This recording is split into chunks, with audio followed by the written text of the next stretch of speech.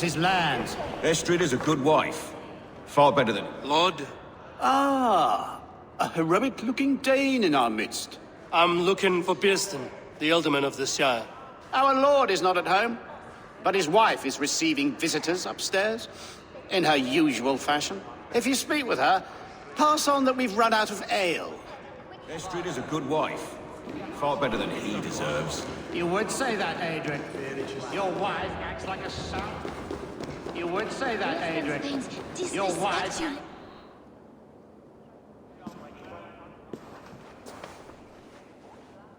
You! Gods will come at one cry from me! Sheathe your blade, lady. I'm Eivor of the Raven clan, here at your husband's request. Another Dane. I am Estrid, wife of the Lord of Essex. As you may have heard, my lord is not at home.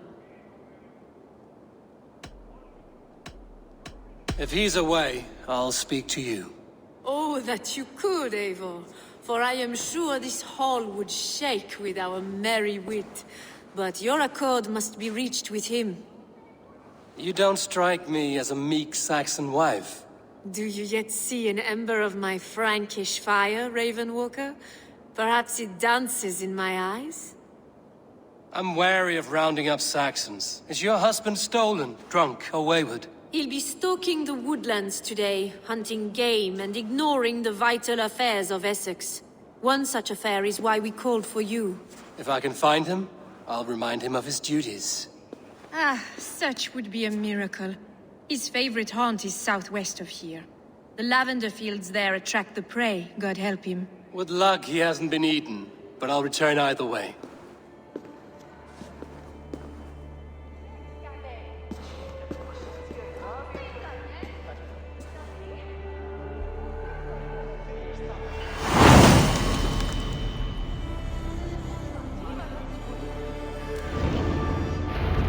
Patience is a...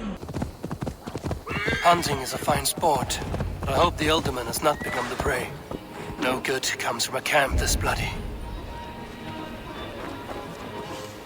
They were caught off guard as they supped.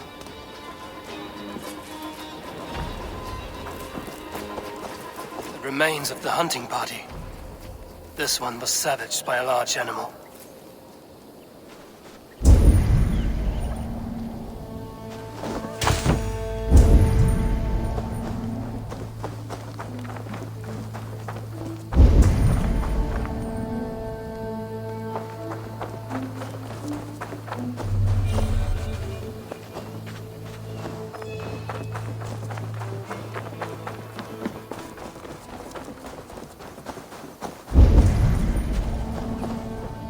They were attacked by a beast.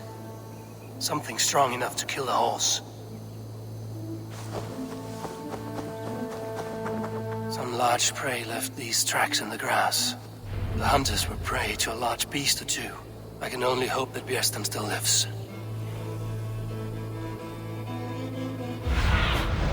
Go, my eyes.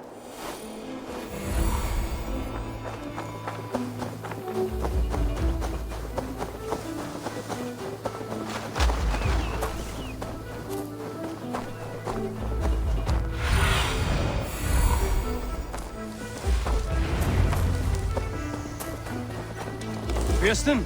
Ready your weapon! Accept your fate as a feast of bears! Do not let us charge you! We'll fight to the death!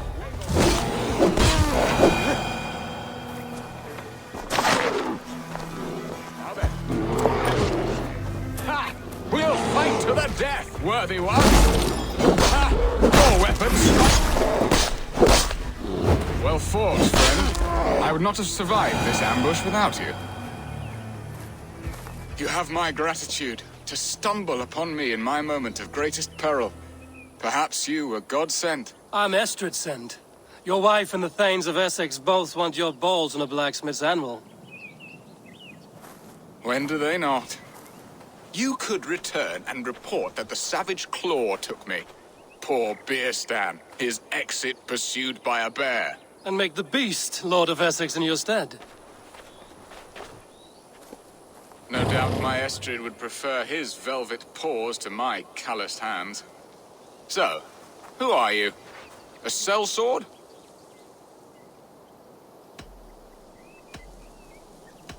I'm Norse, a no-coin groveler. Intriguing. We Saxons hear only that Danes and Norse are ferocious barbarians, all teeth and claws, with little subtlety or wit.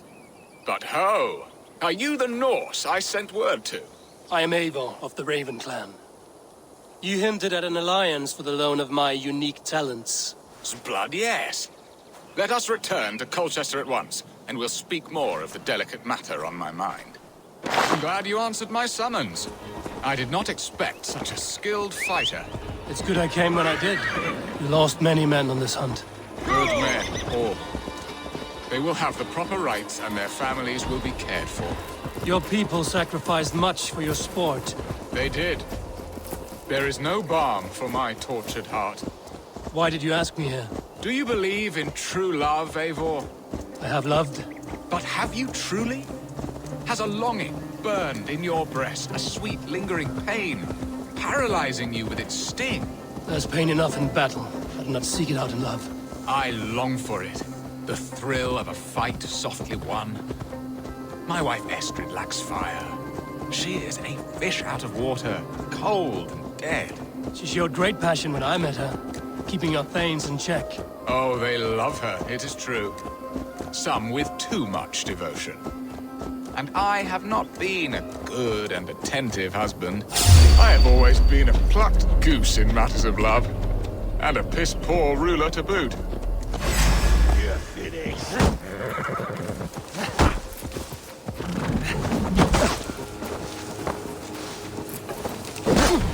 Now! Get the murdering heathen!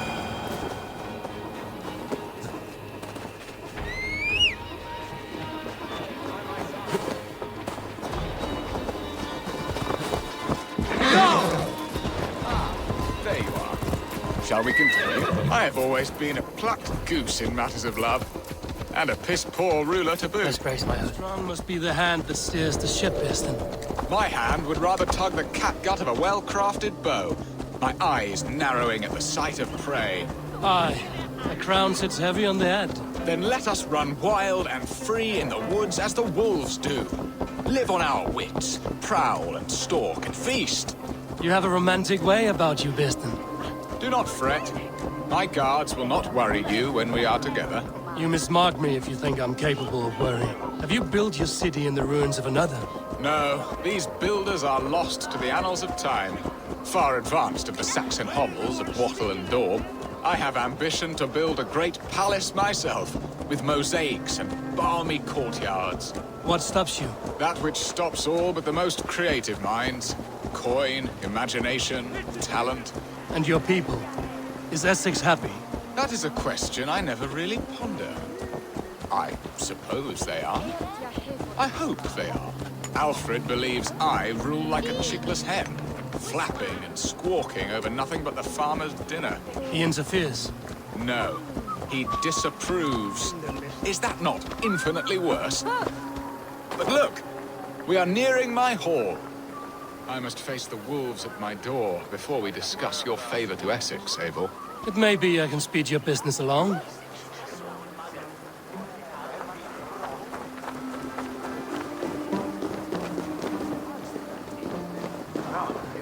It's clear. Ready to help me fend off the spears of their displeasure? Let them speak their woes. I'll advise you if I can. Who is this owl, Bearston, that twitters in your ear? An advisor, nothing more. Here to help Essex navigate her brewing storms. Now, my dear brethren, Adrid, perhaps you will start us off. What troubles you? You're a disgrace, Beerstan. Couldn't get a sow pissed in an alehouse. Alfred's men are crawling all over Essex. King Alfred, yes. Though it is within his right, the constant presence of his men is certainly an issue.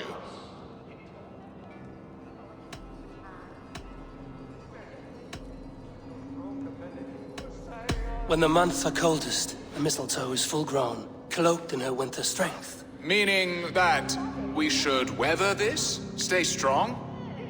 Yes, that's it. Not bend in the wind like stalks of wheat. And you, Wyatt, what do you say? Your preparations for the Lammas festival. How can you think of spending so much coin when your people are starving?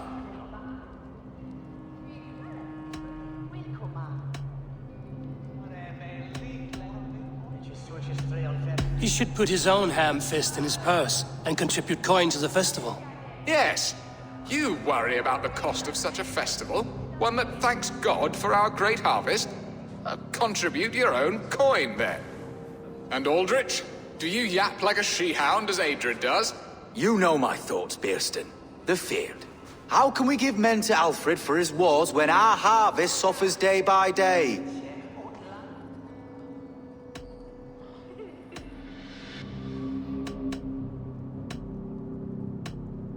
Refuse to send your men. Let Alfred's people die for his hopeless cause against the Norse. Then we refuse. Refuse our king? Has madness taken your wits, Bearston? There.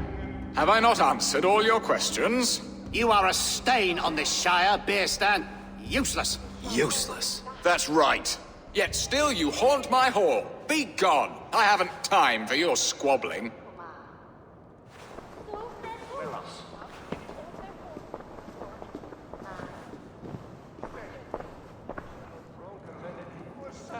That ceased their prattling. A fine outcome, Eivor. The very soul of balance. A firm hand is all you need, Bearston. Whether on your hunting bow or on your helm. All this talk of hunting makes me long for the woods. Your wife awaits, Bearston. Aren't you worried some other man will drench your sheets with his sweat? Ha! She does as she must. As do I.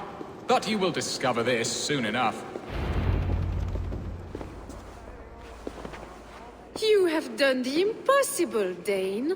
Returned my errant gander to his coop. My pettish love. Such a stormy countenance clouds the sun of my return. Your thanes drank the ale the abbot gifted us. All of it. Now that is a tragedy my heart will not easily overcome. If he looked at me with the same affection he shows for hunting deer, our marriage might have survived.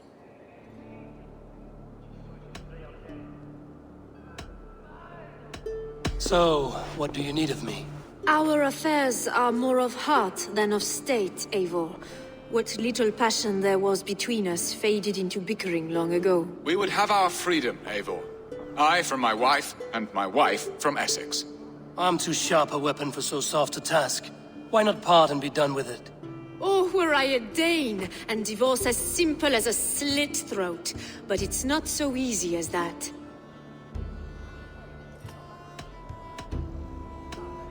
Explain yourselves, clear and plain, and I will do it. The poetry here is mind mud. We had a plan, a simple plan. A woman lost and a woman found. Some time ago, we paid a Dane to kidnap me and ferry me safely to Francia.